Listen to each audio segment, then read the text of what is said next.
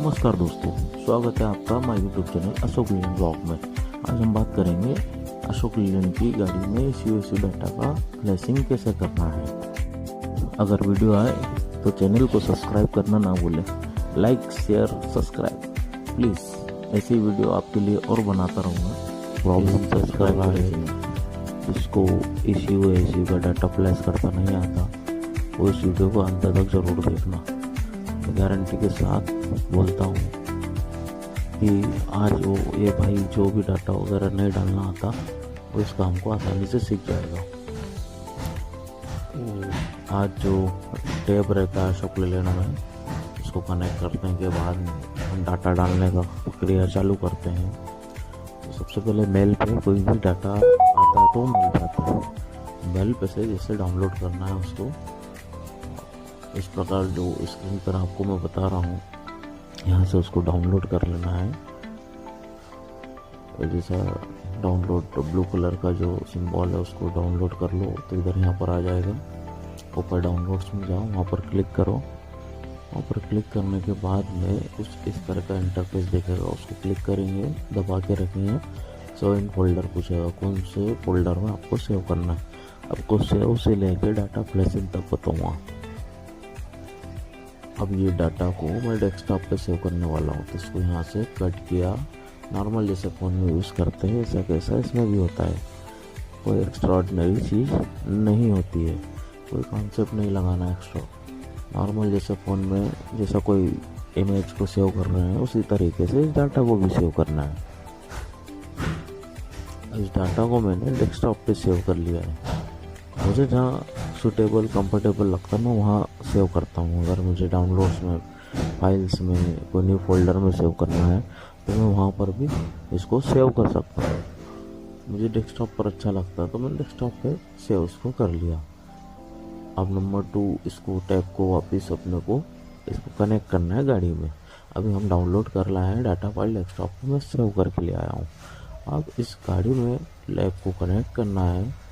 Tab को connect करने के बाद में फिर आगे हम प्रोसेस स्टेप बाय स्टेप जानेंगे।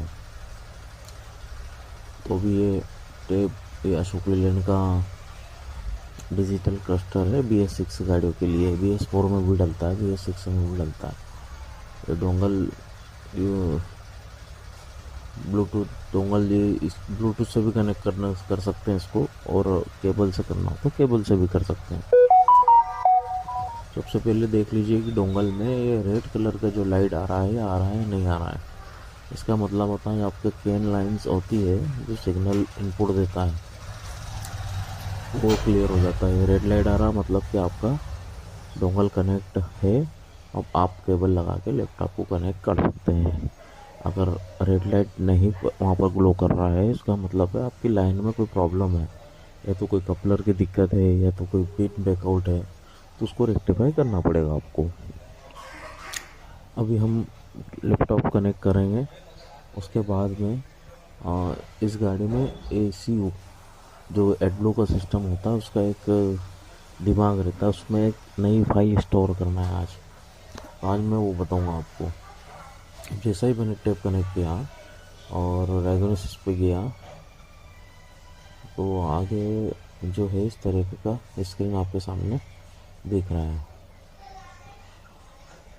अब सबसे ये तो पहले से ही कनेक्टेड था तो मैं इसको पूरा डिसकनेक्ट करूँगा। अभी डिसकनेक्ट करने के बाद मैं आपको पूरा बताऊँगा। ये जो सॉफ्टवेयर है V2C, इसमें VC 2.0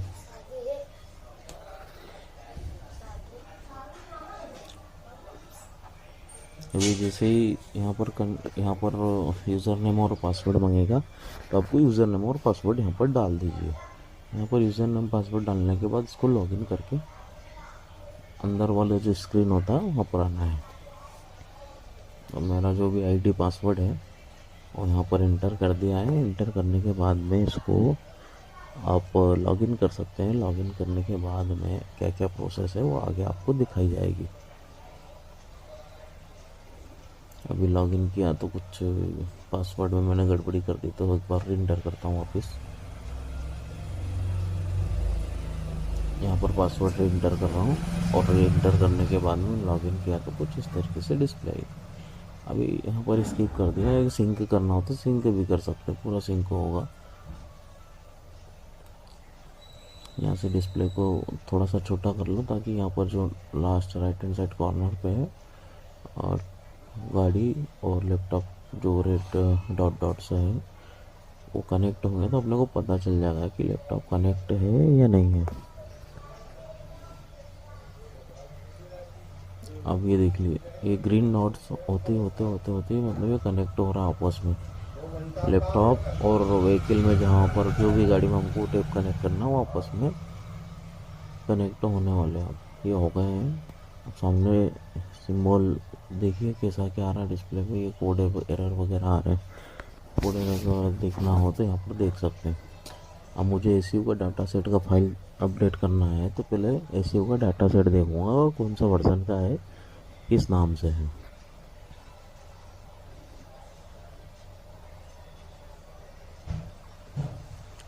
यहाँ पर जो फाइल है XGK 03099 हैश, ये वाली फाइल है, इसको मैं अपडेट करने वाला हूँ। अब यहाँ से मैंने इस क्रॉस को रेड वाले बटन को क्लोज किया, यहाँ से वापस क्रॉस को एक बार मार्क किया, उसके बाद में यहाँ पर जो लिखा हुआ है तीसरा नंबर पे ECU डाटा फ्लैशिंग, इस पर क्लिक करेंगे। इतना करने के बाद में कुछ समय वेट करने के बाद में इधर लेफ्ट हैंड साइड पे पूरा डिस्प्ले खुलेगा। ECU SU क्लस्टर जो भी कैन हाई कैन लो की लाइनें होती है जो हमें इनपुट देती है उस किसी पर्टिकुलर सेंसर के बारे में, तो यहाँ पर वो सारा कुछ शो करेगा। अब मुझे ECU में डालना है तो मैं ECU पे क्लिक करूँगा, इंजन ECU में डालना होगा तो इंजन पे क्लिक करूँगा। अब ECU में क्लिक करने के बाद में यहाँ पर राइट का सिंबल आ रहा, प्लस का सिंबल आ रहा, जो भी कैलिब्रेशन फाइल एप्लीकेशन, तो ये कैलिब्रेशन में डालने वाली है। अब मैंने उस पर क्लिक किया और अंदर से जहाँ पर मैंने डाटा सेव किया था डेस्कटॉप पे, तो डेस्कटॉप पे क्लिक करूँगा और जो डाटा फाइल है वो वाली वहाँ क्लिक करके इधर नए नीचे ओपन पे क्लिक करने के बाद में वो फाइल मेरी आ जाएगी ये वाली डिस्प्ले में। यहाँ पर लिखा आ गया जो मैं डाटा चाहता हूँ जो डालना उसको अपडेट करना चाहता हूँ। अब स्टार्ट प्लेसिंग करूँगा, इंटर पासवर्ड के बाद ओके करने के बाद में आपको कुछ इस तरीके से स्क्रीन पर डाटा जो ग्रीन कलर की लाइट है ये अपडेट होती दिखाई देगी। ये अभी कुछ 100% तक होगी पूरी कंप्लीट, तो इसमें 5-10 मिनट 15 मिनट कभी कभी 10 मिनट 15 मिनट भी लग जाते हैं, नहीं तो वैसे तो 5 मिनट 6 मिनट में डाटा फ्लैश हो ही जाता है। ये डिस्प्ले पे नॉक्स एडब्लू वगैरह सिंबल चले जाएंगे क्योंकि इसमें डाटा पूरा फ्लैश होगा, रिप्लेस करने के बाद में वापस आ जाएंगे। अभी तो डाटा फाइल अपडेट करना ज़रूरी रहता है।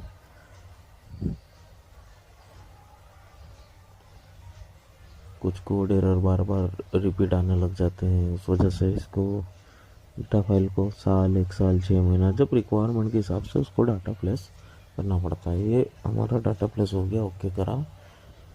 अब वापस क्लोज सेशन करना है, जो क्रॉस बना हुआ है यहाँ पर इसको क्लोज सेशन करने के बाद में वापस डायग्नोसिस को क्लिक करके और एक बार टेप कनेक्ट करके फिर देखेंगे जहाँ पर हमने ECU का डाटा से देखा था वहाँ पर अपडेट हुआ है या नहीं हुआ।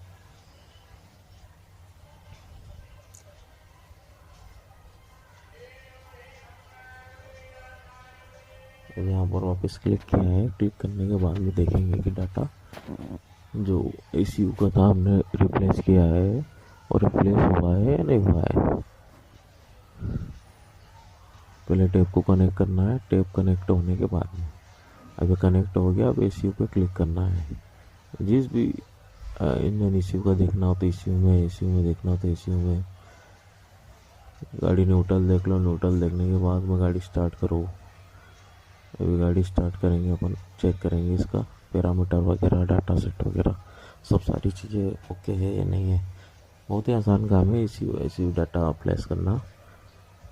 अब टेक्नीशियन कुछ समझ नहीं पाता कभी कभी, उसके लिए छोटा सा वीडियो सामने मैंने बनाया था, आपके लिए कहीं ना कहीं मदद हो, इस भाव से मैंने इसको बनाया हुआ है।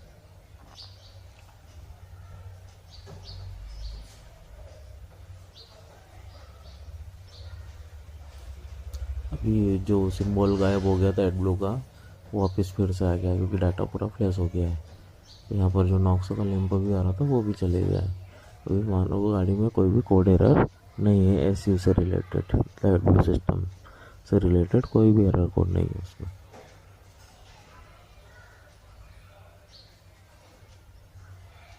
अब यहाँ पर एक बार चेक करना है कुछ पैरामीटर, बूस्ट प्रेशर वगैरह नॉर्मल चीज़ें, उसके बाद गाड़ी को ट्रायल पे भेज देंगे।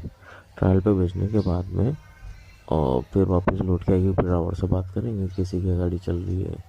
इनकी पोर माइलेज की प्रॉब्लम थी, इस वजह से मैंने ये सारी चीज़ें करी है इसमें। आपकी कुछ कंडीशंस अलग हो सकती है कि क्या प्रॉब्लम है, पहले प्रॉब्लम को आइडेंटिफाई करो, आइडेंटिफाई करने के बाद में उस पर एक्शन लो, किस वजह से वो प्रॉब्लम आई थी और क्या एक्शन लेने जा रहे हैं। सबसे बड़ी चीज़ होती है आइडेंटिफाई, प्रॉब्लम आइडेंटिफाई करना, उसमें बहुत टाइम लग जाता है। तो यहाँ पर कुछ बूस्ट प्रेशर, टेल प्रेशर, ये सारी चीज़ें मैं चेक कर रहा हूँ। ये नॉर्मल सी चीज़ें है, ये दो चीज़ें हमेशा ही चेक करनी चाहिए गाड़ी में। जब भी लैपटॉप कनेक्ट करो तो बूस्ट प्रेशर गाड़ी का कितना चल रहा है, उससे एयर इनटेक लाइन समझ में आ जाती है, और फ्यूल लाइन, फ्यूल का डेविएशन तो नहीं है वो भी समझ में आ जाता है, उसमें फ्यूल डिलीवरी दिखा देता है वो, तो रेल प्रेशर चेक हो जाता है। अब सेंसर में जाएंगे तो कहाँ पर लाइव डाटा, एसीयू के बारे में भी सारी कुछ जानकारी रहती है, कहाँ पर क्या है।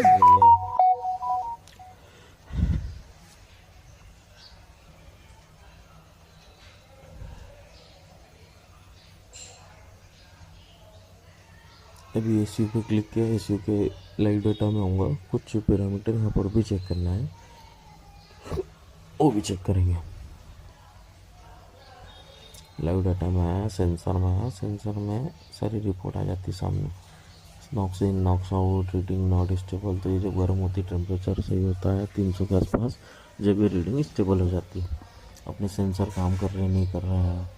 फिर एरिया क्वालिटी जो है अभी तो 0 दिखा रहा है, नहीं तो यहाँ पर 32.5 की क्वालिटी आती है एडब्लू की। उसके बाद नीचे सूट लोड है कि नहीं है गाड़ी में, कार्बन जो डीपीएफ वगैरह होता है उसमें सूट लोड कितना है कितना नहीं है, और सारी जानकारी वहाँ पर आपको दिखेगी। यहाँ पर सूट लोड इसका 1.62 है, मतलब अभी रीजनरेट की कोई आवश्यकता नहीं है, इसमें कार्बन इतना डिपॉजिट नहीं हुआ है। मिलते हैं नेक्स्ट वीडियो में।